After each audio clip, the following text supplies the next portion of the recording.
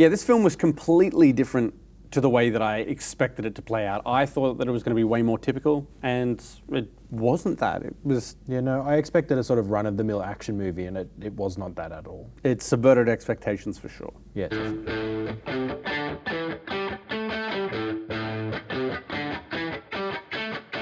Welcome back to the No Bad Seats podcast by Regent Cinemas, hosted by myself, Luke Mack. And Sam from Bratface Media. How are we doing? I'm good. Yeah. How are you, man? I'm good. I mean, we just saw a new movie, and that's always nice. It's always my favourite part of the day is watching new movie day is always a good day. New movie day. And it was a good new movie. It was. It was. It was a different new movie, not sort of something we've both been hanging out for. I think it was kind of on our radars, but not something big on our radars. Yeah, I think there's a section of the year where it's like blockbuster, blockbuster, blockbuster, blockbuster, and then we get this section where it starts to be where they start to put in all these movies that aren't going to compete against your Jurassic Worlds and your Fantastic Fours. And then we see this run of like more low budget or lower budget stylized films, and this sort of falls into that category. And we've had a few good ones this year. And I'd immediately liken this to Black Bag, which was one of my favorites. So we saw Relay. Yes, Relay. That was a great movie. Mm-hmm. Things that, like you were saying, there's this time of the year where we get these. I find them quite interesting. There's a lot of. I feel like that people take risks with these movies. Yep. They're not as a higher budget, so they're like, oh, let's give someone a chance to do something different. And you get really interesting movies that aren't your run of the mill. Type of thing, and it comes off. Sometimes it pays off, sometimes it does not. And, but that's what we like about films, right? And what we like about filmmaking. Like, it's not always going to pay off, and I think you can get to a state where things are formulaic or repetitive, and it sort of feels like we're just going to see this same film because it's what's being marketed to us or it's what's pushed to us. But then you get these smaller films that the studios have taken a risk on, so maybe they don't want to push it. They're not sinking as much as the budget into the marketing budget. But, then you have these really cool, different style films where creators take an opportunity to go, well, I want to make this film that's reminiscent of 70s film noir style. Yeah. And that's what happens when you get this Relay. You get films like this that sort of lean into those corporate espionage type things, like your Black Bags or your Relays, which is just great. Yeah, no, and I think coming from a fairly interesting director, David Mackenzie, I think it was, who previously did Hell or High Water, which I've only ever seen parts of. I've seen bits and pieces, and I've heard a lot of people praise it. Yep. So once finding that out, I was like, okay, this could be something interesting. Yeah. Like, this is something different to what we're used to. And I don't think it really does do a good job of that. You sort of start the movie and think, it's going to be a bit so. And then it takes you on a bit of a ride, doesn't quite give you the things that you're expecting along the way as well. So you're sort of on the edge of your seat in anticipation of things that don't necessarily happen. Yeah. And that's not a bad thing. Yep. And that's right, it's subverting expectation. But to subvert expectation from how we're going to start our episodes, let's talk what you've been watching. I mean, we've done a few episodes now, so I know that in the last week you've seen a couple of movies and that sort of thing. But let's liken back to what our week's been looking like, and what have you been watching? This week, I've actually been watching the Limitless TV series with Chris Hemsworth, which has been quite interesting. Yep. We sort of burned through the first season knowing that the second season had just come out. Yep. So that's quite interesting. It's very health-based, and then my partner and I both laughed at the fact that the first season sort of goes through fairly normally all about different not health struggles, but like trying to be longevity is the sort of the thing of it. And then the final episode is just like this punch in the guts. It's just weird. And like, it's still good, but if anyone's watched it, they'll understand. Like, you get to that last episode and you're like, what is going on? This all of a sudden got really dark. But yeah, that's been super interesting. We just started season 2, so getting into that. And then, how about you? You watched much this week? I mean, we do a fair bit of watching television to what we degree. It's my favourite time of the year. Survivor Australia is out. Yes. And, you know, one thing that I would love to do one day is watch Survivor on the big screen. Yep. Which, you know, maybe eventually here at Regent Cinemas we might do. I actually applied for the last few seasons and I got pretty far in the last season, so I feel good about maybe a future of maybe ending up on the show myself. We'll see how we go. And if that happens, you can bet that we'll be watching all the episodes on the big screen. If that does happen, your poor wife looking after the 3 boys by herself. Yes, that's right. But my wife is also very much into Survivor, so She'll be happy about it. That's been our priority. You know, and outside of movies, it's nice to jump into something like that, a bit of a game show, a bit of bit of social manipulation and all that sort of stuff. So that's been fun. So let's talk Relay. Yeah. Relay is interesting because it's about a fixer who is there to help when people who are, They've seen something maybe they shouldn't have. Corporate whistleblower type thing.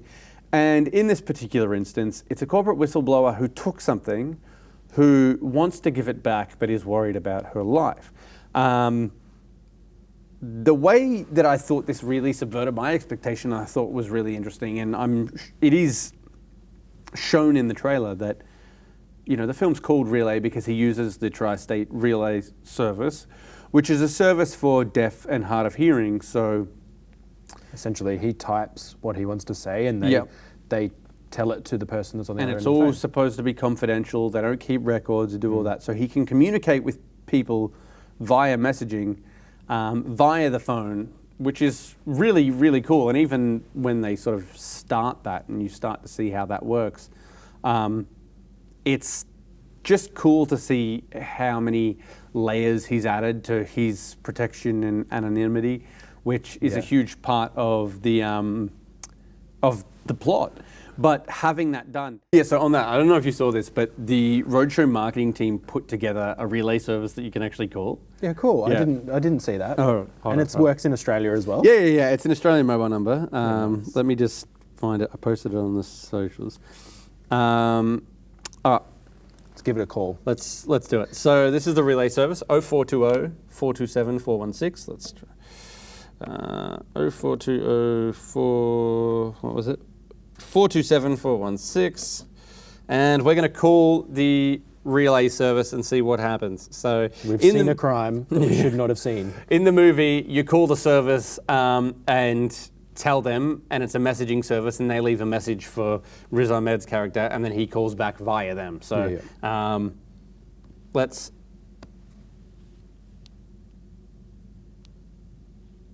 Hello, this is the Tri-State Relay Service. We'll have the conversation and I'll read it to you. Say go ahead when you're ready for a response. Your calls are recorded and everything you say is confidential. Go ahead. Please explain your situation. I'm in possession of evidence of an unlawful cover-up. See the gripping news thriller, Relay. Please leave a detailed message after the And then we get to the Australian. Yeah, right. Okay, cool. So it's a little tie-in that gives you context to the movie. You know, she's in possession of evidence that she shouldn't have and wants to give it back. And here we are, relay service. And I think that's something different that Riz Ahmed's character is dealing with, is that not all the time these people want to give it back. A lot of them want to,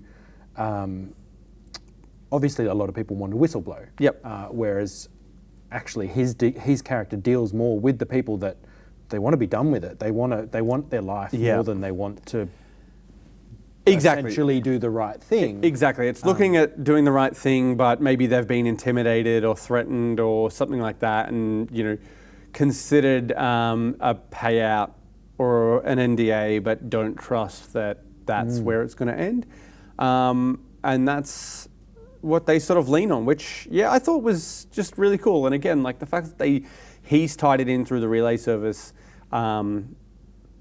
It surprised me. I'll say that. Like the film definitely surprised me. I loved the aspect of the relay service because later on into the film, basically his character is an in-between man between the person who has seen the crime and wants out and the people who have essentially committed the crime, the business, the company, whatever it is. And then when these phone calls are happening with the relay service, one thing that I picked up on that I loved is that the villains of the film will be getting this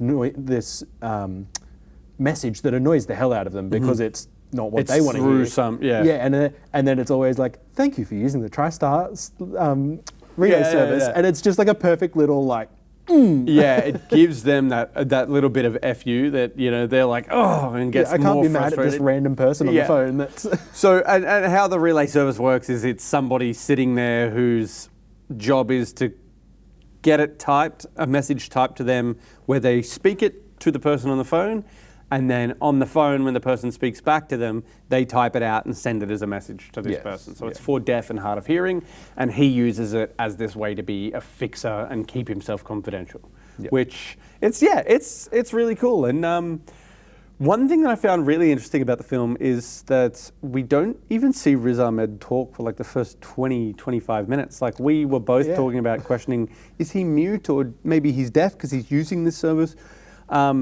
That doesn't mean that we don't see him talk, but it was almost jarring by the time yeah. he He's a did. very like silent player in all of it, really, and Yep. in every aspect of the fact that he's covering his tracks at every turn. He has different fail safes that cover his tracks the whole way. Yeah. So he really is a silent player, and yeah, and it really does lay the groundwork for how he plays throughout the whole movie. Yeah. But yeah, as we said, both of us were very jarred in the fact of, is he going to talk? Yeah. Is he like? I honestly thought we were going to get a whole movie where he didn't speak except through the service, and I thought that would be really interesting if they go that way. Yeah. But I wasn't against it, the way that they designed it. Yeah, oh, definitely, yeah. I think it still played in nicely, and like we said, ran through his DNA as a character Yep. of that silent player type. And he was very he was very silent the whole way through, even in those, he was more pulled back and reserved. Everything's sort of cool, calm, and collected. Yes. Pretty much the whole way through the movie. Yeah. One thing that, really stood out to me was obviously the way that they used the camera and the idea that it was based on these sort of cinematic conspiracy type movies from the 70s. And we got a couple of shots that really did stand out to me, and one that we both pointed out, which, this is us being the nerds that we are. Yeah. There's a scene in a diner where it's him and another character sat across from each other. Your typical two-shot. Your typical two-shot, but against the back wall is a mirror, and then in between them there's people moving. In the kitchen. Which kitchen. I first looked at and was like, oh yes, they're sat at a diner and the kitchen's on the other side of where they're sat. yeah. And then it took me a second and I went, that's a mirror. Yeah. That's them on the background as well. Exactly. So then getting these cool sort of styled visuals, but then seeing something like that where it's like, oh, hold on a moment. Yeah. There's supposed to be a camera right in the middle, and We should be did they looking paint at- that out? What did they? Yeah. Have they just CG'd it out and filled it that way? But then there's characters moving in the background, so it sort of feels like that's not what happened. There's a lot of complexity for what is essentially a pretty basic shot. And a usually, simple yeah. shot that you wouldn't necessarily notice. And I'm Yes. sure anybody who watches or listens to us talk about it goes and then sees them, and it's an inconspicuous scene in the film. It's not Yeah.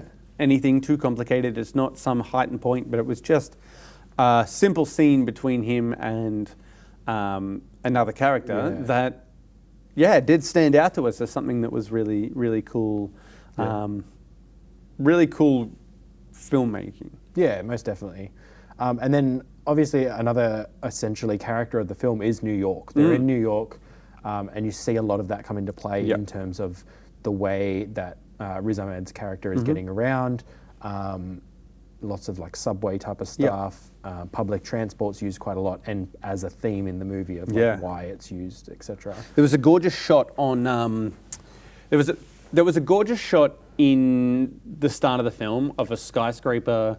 She was at a law firm. She was talking about wanting to drop this off, and you see these big floor-to-ceiling windows all the way around. So they're in a corner office, and all that's coming through is just pure white, and it's the clouds. And as they sort of pull closer, you start to notice Some of the other buildings, some of the other buildings, some of the rain against the windows, but it's just this whole thing is encased in cloud. Yeah. That was, this white brightness that really popped. It essentially was like a massive softbox. Yeah, exactly. It looked great. Like It did. they looked great. And at first, I sort of looked at it and went, What is this? "What's going on here? Are they Yeah. on a sound stage and they've just decided not to like paint that out or do whatever?" And Yeah. then the camera has like a slight movement around, and you start to see some of the buildings. appear Yeah, in the like just background. outlines. Like Yeah. it's just enough to give you. And like you this said, is the little bits of rain trickling down Yeah. the window and things like that. I noticed that as well. I was Very, like, this very is an cool. interesting shot. Yeah. So on that, how did you feel about like the performances of some of these characters? I think everyone did a great job. Sam Worthington, who we don't see enough, No. really. I think He's always good. He's always good. Yeah, I think he's sort of has done his big Avatar movies and does the same thing and goes, "Oh, I'm going to chill out for a bit. Yeah. I don't need to Fair do much. enough. I've done Avatar. I don't need to do much else after that." But it is always a welcome addition to see him in a movie. He sort of plays our intimidating villain. Yep. And does a really good job of it. That the group of the villains is actually pretty well rounded. I Yeah. think they all do a decent job, and the female, I'm not sure what her name is, but she was in The Reacher, is where I've seen her before, and they all play off each other very well. You sort of have your like computer guy and the bit of a brawn muscle guy, but they each have a role to play, which I think is good. Yeah. Sometimes some of those characters just get completely left in the background, and So- you like see them for one scene, and that's it. Yeah, exactly. And so for context, these characters are essentially the team that have been sent by the big company to go and track down Lily James's character and give her, or intimidate her or get her to give back the Yeah. documents that she stole. So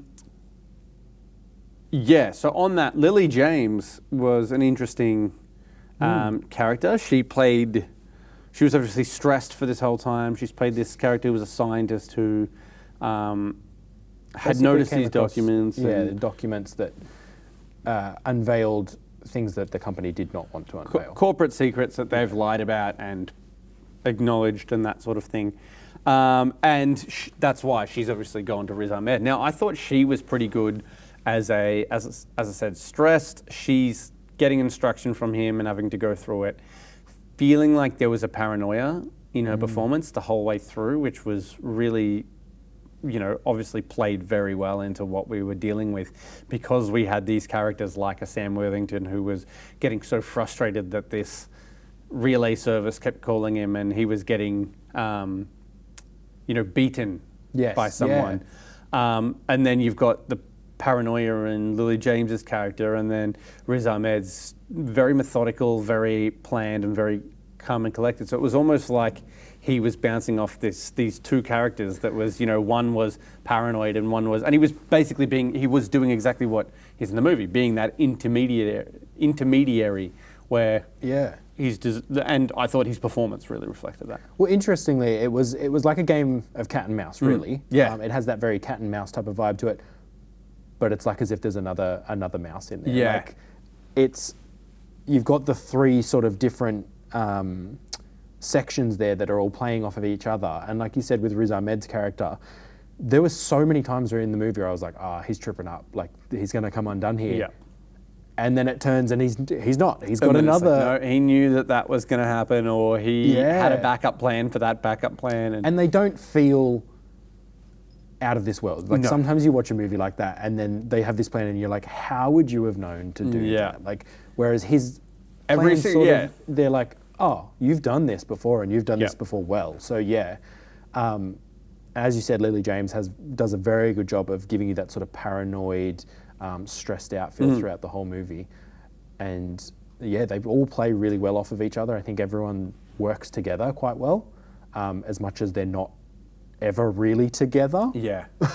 Yeah, that was one thing I did find interesting, was that because we're dealing with the relay service a lot, there isn't a lot of time spent in the film where there is actual interactions between our main characters. It was all via the phone or I sort of think from a filming perspective how many days they spent on set together, or how much Yeah. there was crossover. Because, yeah, it was very minimal.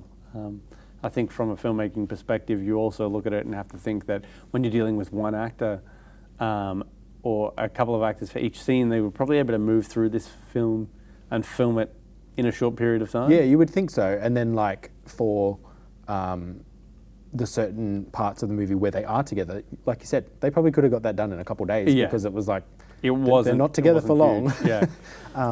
One thing with Riz Ahmed's character was that he also, we've been talking about how silent he was and how pulled back he was.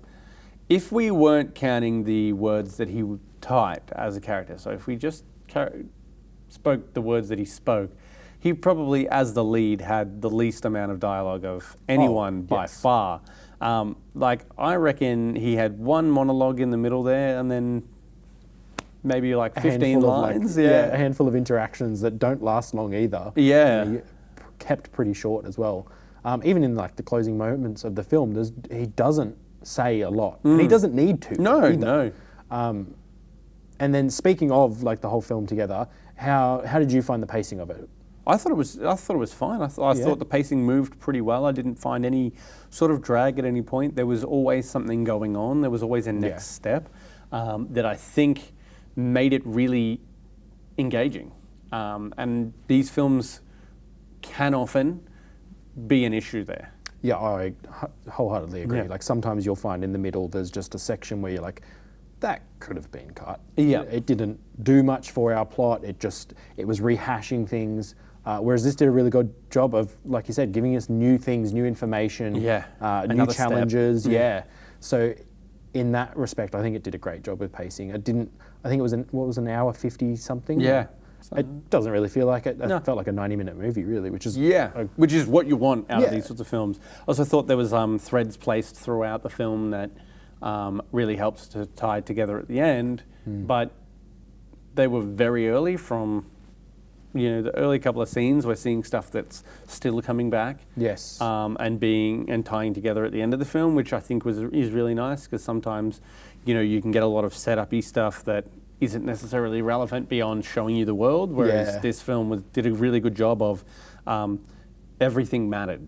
Yes. There was a reason for every scene that they showed you, which I thought, Sometimes it feels like you get to the end of a movie and you go, oh, did you guys forget the movie you were making at the start? Yeah. Because there's something goes to nowhere and you're like, oh. Whereas, as you said, everything in this felt like it had a place. Yep. And then everything kind of like pays off as to what it needs to. Absolutely. Yeah. Yeah, so I think before we move on to the spoilers, Sam, let's give a quick rehash. What are your final thoughts on Relay before we move on to the spoilers? I really enjoyed it. I think it was a decent time at the cinema just to see something different. Yeah. Like we said, something unique that comes out in this period where you can feel like it's something different being tried. It's not the same old rehashed stuff. Even though I will give it a little bit of a knockdown there that it kind of looks like that, but it wasn't that. It didn't feel it, Yeah. Whether or not that's the marketing that's hurt it or not, but I kind of expected something a bit more flat, and I don't think it was. I think it was much more enjoyable than that. Yeah, no, I feel the same. I think it's definitely one that, if you're looking to give something a go during this period, Relay's the one to do it. It's really different. It does subvert your expectations. And, for these smaller films, I thought it was something that was, really quite a standout for me. I thought it was fun. Yeah. Fantastic. I think that it's definitely worth going to see. And for those of us, or for those of you listening who might want to go see it, this is the time to turn us off. Thank you for being here. We're going to go into the spoiler talk and deep dive a little more for the next little while. After that, we're going to be doing a Caught Stealing trailer review. So if you want to hang around, skip ahead and catch that. Yeah. Let's get into some spoilers. All right.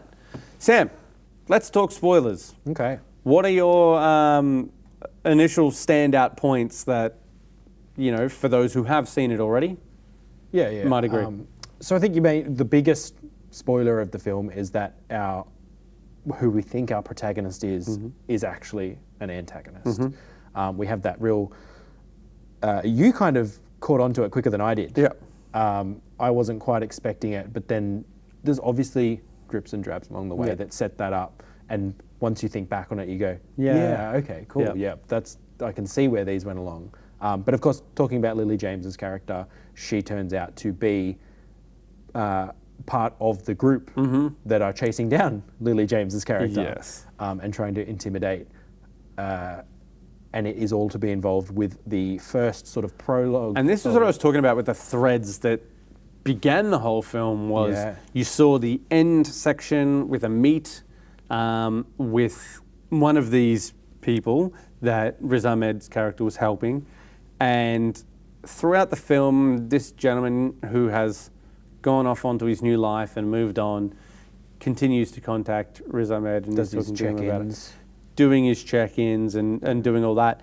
And to find out that, you know, Lily James plays into that role where she's actually the leader of this group who are tasked with taking it down, and she was essentially bait, knowing that they're after him. There was a point in the film when she, you know, has gone to him, they found me, I'm going to do the setup myself, don't worry about it. And that's about the point where I was like, she's been baiting him. The whole thing was a setup for him. Yeah, That was see, about I the didn't point I pick up on realised. that. I definitely knew something was up because I was like, "This is such a weird. Why did you Yeah. flip all in this moment to doing the wrong thing?" Yeah. And like at that point, she says, "They know who you are. Yeah. They got you on facial recognition. They know your name." Yeah. And says a name, and I was like, "That's not his name. No. We don't know his name at that point. No, we don't at all know his name. So."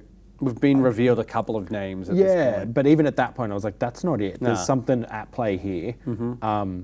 I thought it was more the, I don't know what we want to call them, the intimidation gang. Yep.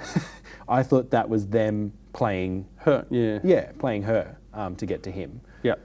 But it turned out it wasn't. It was her. Well, it was, you know, Yeah. technically that's the case. But yeah, I thought that was a cool plot twist that, you know, this is part of where the whole subverting expectation thing, I don't think there was a lot of moments throughout the film that gave enough that made me think that was going to happen.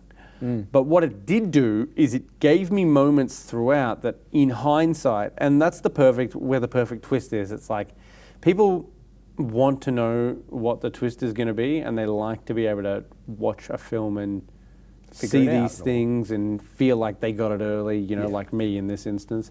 But people love that. But there's something so satisfying about walking people right up to this line where, you know, the threads are there, but without all the pieces, it doesn't make sense. But then when you look back, you're looking at the whole puzzle.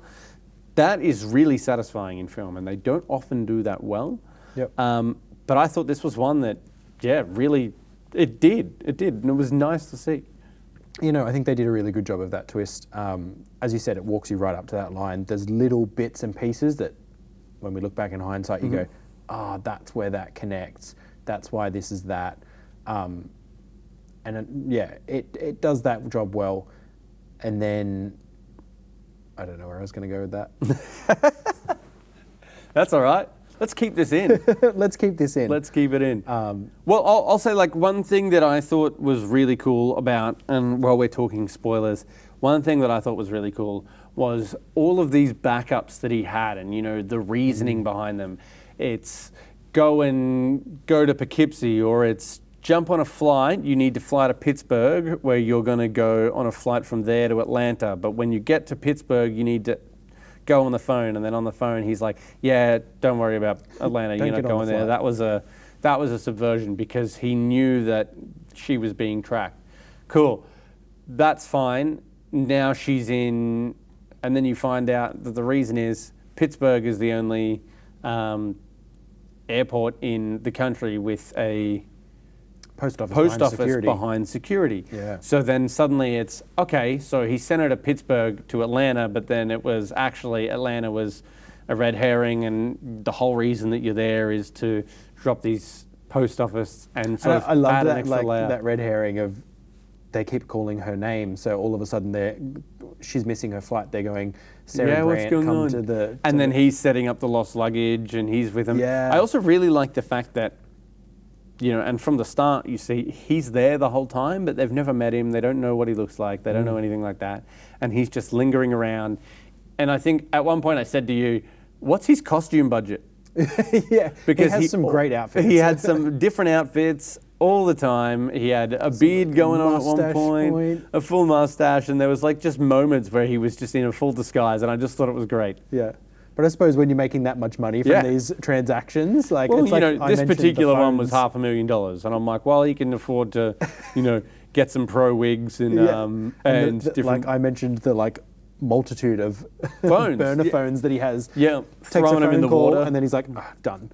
It's almost like the coffee and naked gun. Yes, yeah, exactly. Yeah. It was just like burn a phone, made one phone call, get rid of it, done. But I thought that was a lot of fun that we were seeing all these moments. Like there was a couple of moments that I didn't even really recognize him, which Yes. you know he was framed within the shot, but he might have been within the shot with another character, and you're focused on the other character, and then it's like, oh, hold on a moment, there he is. Yeah. You know, it's a bit of a Where's Wally situation where Yeah, you're- definitely. That particular one I think you're talking about on Yeah, the plane. on the plane. And I didn't get it until the focus shifted from her and I was like, why are we shifting to... Oh my God, it's him. Yeah, exactly. That was another one. That was the one for me that really stood out too. But Yeah. I thought, that was a lot of fun that they were doing that. The fact that the team was after him, that it was so pulled back for the majority of the movie, and we got a couple of action sequences where it was this, you know, gunfights and fist fights and all that sort of stuff. But for like 95% of the movie, it was just tension building. Yes, yeah. I liked that a lot. Yeah, same. I think that you don't want, in this type of movie, you don't want too much action Yeah. because it can take away from the tension that you need to build. After all, that whole espionage thriller type of genre is built on tension. Yeah. Like you should feel like you want to cut the tension, and then it all comes out. But it's very pulled back. 95% I think is even being generous. Like it might be more than that. Oh yeah, you're probably right. And like that's reminiscent to me of Black Bag, as I said.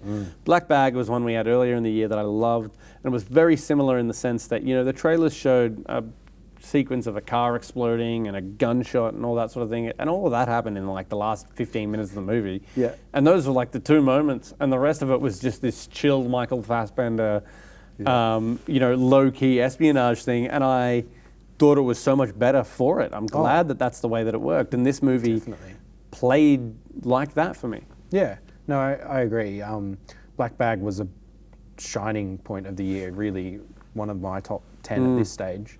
And I would say that this is along those lines as well. Like, yeah, definitely it's probably not quite on the level of Black Bag. Black Bag was exceptional. Black Bag was fantastic. It was great.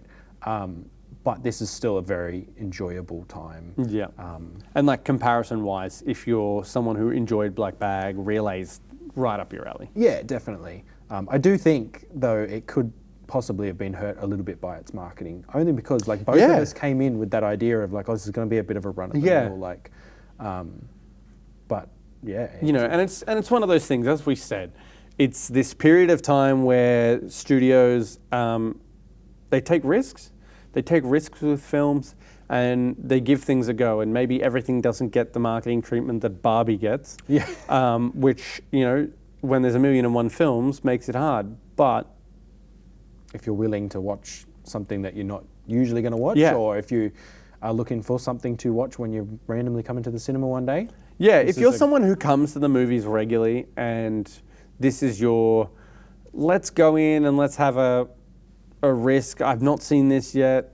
You know, we get a lot of people in here who come in and I see them standing going, what's on at this time? Or, you know, they've got 2 hours to kill, they've got 3 hours to kill, and they just want to fill in some time and want to see what's on. This would be one of those ones where people come in and they go, I walked out of that and I was not disappointed. That was really surprising. And that's always so exciting. Yes, yeah, definitely. I think it's a mark of a good movie that you can feel like that coming out of something. Now, that is going to be our week on Relay, and Next week, I'm not sure what we'll watch. We've got a few films coming out. I know we've got The Ballad of Wallace Islands that we're going to attend for the Bordermail International Film Festival, which starts on Wednesday the 27th. So get your tickets to that.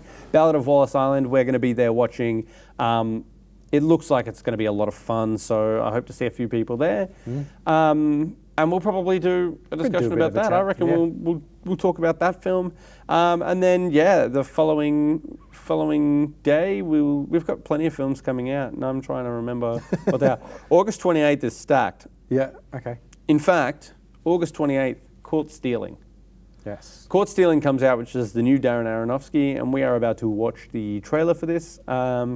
So hang out. That's out next week? That's out next week, so hang out. We're going to watch the trailer now, let you know how we think about it. We're going to talk about it afterwards, and then we'll wrap up the episode. So thanks for being around for Relay. Let's watch Caught Stealing.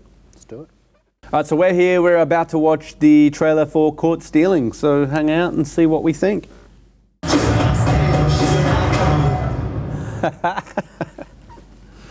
Brilliant. All right, so let's talk Caught Stealing, because that looks like a heap of fun with a great cast. It does. I'm so excited for it. Weirdly, Darren Aronofsky is one of those directors who's made a few movies that I don't ever want to watch again. But you're glad you watched them the first time? Oh, yeah, 100%. Yeah. Amazing movies, like Requiem for a Dream, Mother even. Movies that I've watched, been floored by, but just because of the subject matter or because of the way they make you feel. Yeah. They're not necessarily movies I'd like to revisit. The Whale was the latest one that he did, which obviously Brendan Fraser won the Oscar for as well. So, there's a lot of quality from Darren Aronofsky, which is... Most definitely. His name comes with a definite gravitas. It's an Aronofsky movie. Exactly.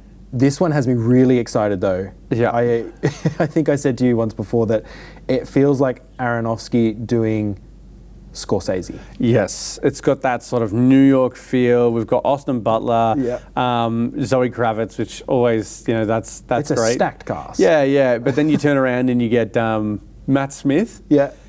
Matt Smith of Doctor Who fame and The Crown, playing like full punk rebel with the mohawk and everything. He looks ridiculous. It looks great. I'm so excited about it. Vincent D'Onofrio's in it. Liev Schreiber. Yeah, exactly.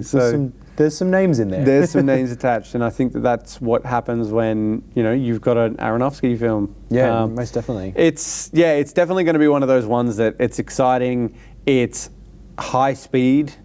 Fast-paced, and hopefully it delivers. I love that the trailer still hasn't given us a lot to go on. Like I don't really know what the movie's about. Yeah, but I'm so it's Austin Butler running away from many gangs. And I'm here for it. I'm so excited about it. So it sounds like an absolute hoot. Caught Stealing comes out August 28th. And I think it's one we're going to have to watch. Unless somebody wants to suggest something else that's coming out, I reckon Caught Stealing is going to be the one that we check out. I'm excited for that. Big time. All right, I think we need to wrap it up for the week, Sam. It's been awesome as always talking to you about films. It's our favourite thing to do. It's my favourite thing to do, that's for sure. So being able to sit here and chat is fantastic. And thank you again to everyone who is watching at home or listening wherever you are on Spotify. It's so nice to have you here. And again, this is such a one-way medium. Comment, let us know what you think. Did you see the movie? Did you like it? Are you excited for Caught Stealing? Tell us your thoughts. What have you been watching lately? What movies have you seen? Should we check out? Please let us know. Yeah, if you have ones that even like the upcoming movies, if you've got ones that you would love for us to watch, let us know. In fact, let's put a question. Watch anything. I want to put a question to the audience because we did an episode a couple of weeks ago that was the June-July movies and what we saw, and obviously we saw a fair few. We saw F1, we saw Superman, we saw Jurassic World, I saw Ballerina and I didn't mention it. 28 years. 28 years. I want to know what movies, you audience members, you people who are listening, what movies did you see? And which one did you like the most? Let us know what your favorites were, and I want to know because it's one thing for us to have our thoughts on these films, but yeah, give us your top 5 June, July if you managed to see that many, or top however many you managed to see. Yeah. It was a pretty stacked period. So, well, thanks for coming in as always, Sam. Thank you for having me. Of course, you know, and I'm so glad that we're able to do this. So, thanks to everyone listening, and this has been the Regent Cinemas podcast, hosted by Luke and Sam from Bravface Media. And as always, when you come to the movies, there are no bad seats.